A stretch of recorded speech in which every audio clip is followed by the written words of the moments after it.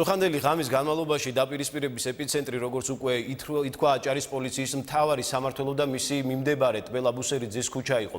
აქციის მონაწილეთა თავდაპირველი მოთხოვნის დაკმაყოფილების მიუხედავად, რაც საპატრულო პოლიციის წინააღმდეგობისთვის გაწევის ბრალდებით დაკავებული 6 მოქალაქის გათავისუფლებას გულისხმობდა, ვითარება განმუხტვის ნაცვლად გამწვავდა. საბოლოოდ დილით აქციის დაშლა 40 მოქალაქის დაკავებით დასრულდა. ბათუმის საქალაქო სასამართლოში გამართულ პროცესებს ჩვენი კორესპონდენტი ირმა ჭოლაძე ადევნებს თვალს ის მომბის ეთერში გვერდება. ირმა, გისმენთ.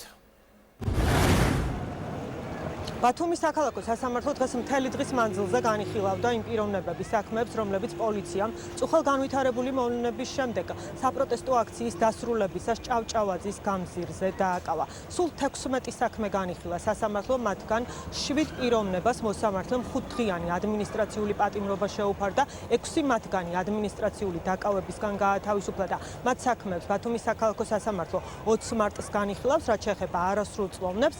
ერთი არასრულწლოვანი მოსამართლემ სასამართლო დარბაზიდან გაათავისუფლა, 2 მათგანი საქმის არსებითი განხილვა კი 22 მარტს ჩაინიშნა. აღიარებენ თუ არა ახალგაზრდები არასრულწლოვნები დანაშაულს ნაწილობრივად? ნაწილობრივ კი. როგორ ნაწილობრივ გითხრათ? უბრალოდ უშვერი სიტყვები ხოლმე ესა და ეს მხოლოდ. გაანთავისუფლეს დაკავებიდან, რადგანაც არასრულწლოვნები არიან. რამდენი ახალგაზრდა გაათავისუფლეს? ეხა 2. აშკარად იყო საქმის წარმოებაში და რღვეული წესები უქმი იყო არასწორად შედგენილი, უკანონო იყო, ხელმოწერა არ იყო შედგენილი, მოწმეებმა დაადასტურეს ურთიერთსაწინააღმდეგო ფაქტობრივი გარემოებები. უქმი შედგენილი იყო განყოფილებაში, პოლიციის განყოფილებაში, ხოლო მითითებული იყო დაკავების ადგილი. ბათუმის საქალაქო სასამართლომ ამ დროისთვის მუშაობა უკვე დაასრულა, რაც შეეხება იმ პიროვნებებს, რომელთა შესახებაც, საქმის შესახებაც სასამართლოს ამ დრომდე არ უმსჯელია, ეს პიროვნებები რჩებიან წინასწარი დაკავების იზოლატორში და მათ საქმეებს საქალაქო სასამართლო უკვე ხვალ დილიდან განიხილავს.